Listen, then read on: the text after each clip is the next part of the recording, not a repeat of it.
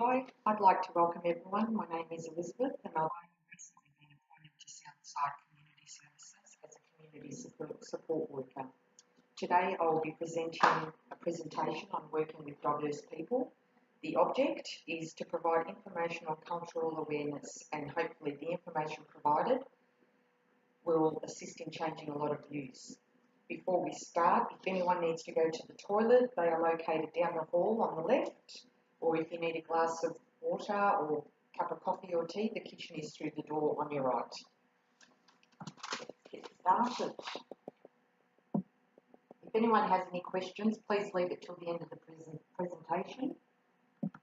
You're welcome to take down notes. I've also provided copies of the actual slideshow for your record. Okay. On 23rd of December 1901, the Immigration Restriction Act came into law.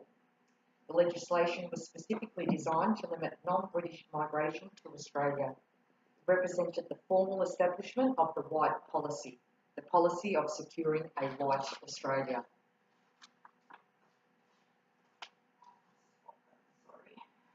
Okay, the relevant legislation, what was it?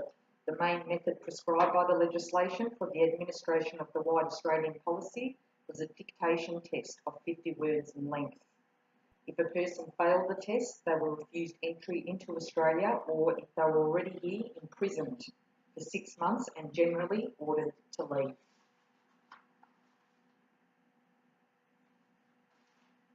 Okay, to talk about the types of discrimination and racism experienced by Australian Indigenous people. Many experience discrimination for their skin colour or even their heritage.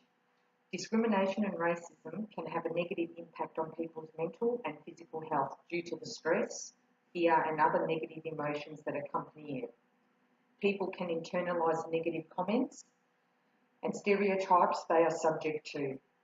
Eventually they may no longer look after themselves and neglect regular sleep, exercise or numb their feelings with smoking, alcohol or drugs. One generation can pass on the detrimental effects of discrimination to the next generation. Up to 1/3 of non-Indigenous Australians indicate that discriminatory behaviours are undertaken automatically without consideration of impact. There is also a lack of awareness of what discrimination is and evident lack of motivation to modify behaviours of others. So what are the current issues of marginalisation for Australian Indigenous people?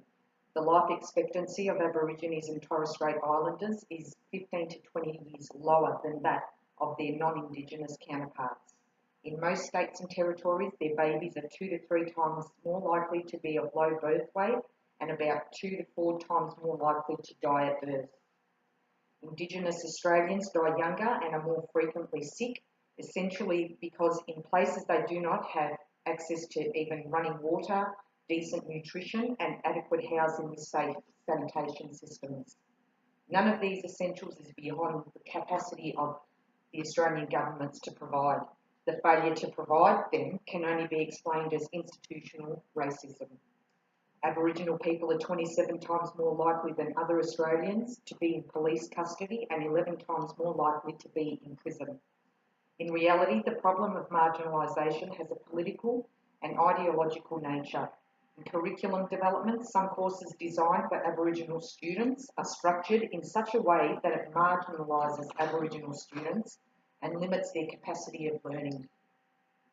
Because of the structure and requirement of certain courses, Aboriginal students are equipped with limited Western education knowledge and trained especially for Aboriginal schools in their home communities.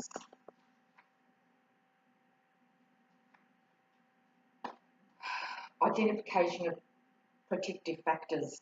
While there are issues such as housing, employment and education that affect everyone, there are also specific protective and risk factors that have a high impact on the social and emotional well-being and rates of depression among Aboriginal and Torres Strait Islander people.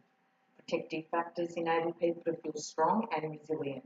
For Aboriginal and Torres Strait Islander communities, these may include social connectedness and sense of belonging, connection to land, culture, spiritually and ancestry, living on or near traditional lands, self-determination, strong community governance, and passing on of cultural practices. So then we ask the impact. What was the impact of trauma for Indigenous people? Have you ever heard the term intergenerational trauma? Many people wondering why Indigenous Australians can't just get over it and move on. Indigenous people in Australia have experienced trauma as a result of colonisation, including the associated violence and loss of culture and land, as well as subsequent policies such as the forced removal of children. Can you imagine how someone would feel, someone walking in and taking your children away? In many Indigenous families and communities, this trauma continues to be passed from generation to generation with devastating effects. Research shows that people who experience trauma are more likely to engage in self-destructive behaviours, develop lifestyle diseases, and enter and remain in the criminal justice system. In fact, the high rates of poor physical health, mental health problems, addiction, incarceration, domestic violence, self-harm and suicide in Indigenous communities are directly linked to experiences of trauma. These issues are both results of historical trauma and causes of new instances of trauma, which together can lead to a vicious cycle in Indigenous communities. Legal and ethical issues. Freedom from discrimination is a basic human right and is recognised in international human rights treaties. The Racial Discrimination Act of 1975 guides Australia's obligations under the International Convention on the Elimination of all types of racism. It upholds equality for all people, regardless of their race, colour and cultural background, and makes it against the law to be discriminatory in these areas. The Act aims to ensure all Australians, regardless of background, are treated equally and have the same opportunity as all of the other Australians. Impact on physical, mental and emotional well-being. Issues of social and emotional well-being cover a broad range of problems which can result from unresolved grief and loss issues, trauma and abuse, domestic violence, issues associated with the legislated removal of children, substance misuse, physical health problems, genetic and child development problems, gender identity issues, incarceration, family breakdown, cultural dislocation, racism and discrimination, and social disadvantage. These factors can influence the way a person thinks, feels, and responds to situations. All service providers working in any sector should be mindful of the importance of social and emotional well-being to Indigenous people. They should also recognise that sustainable change can only be achieved understanding and working from people's collective strengths to assist them to address their challenges. So now let's reflect on our own beliefs and values and biases. It is important to understand, even though we may believe we see and treat people as valued equals, hidden biases may still influence our perceptions and actions. As a worker, you may need to unpack your assumptions, stereotypes and biases to understand and respect the varied differences within the workplace. As human beings, we all have our own values, beliefs and attitudes that we have developed through the course of our lives. But we also need to be prepared to adopt the professional values of our industry and not impose our own ideas. Planning and delivering services to Aboriginal and Torres Strait Islander children, families and communities can be a complex task. One of the key factors to effective communication with clients from a culturally diverse background is to be flexible in the way you communicate with them.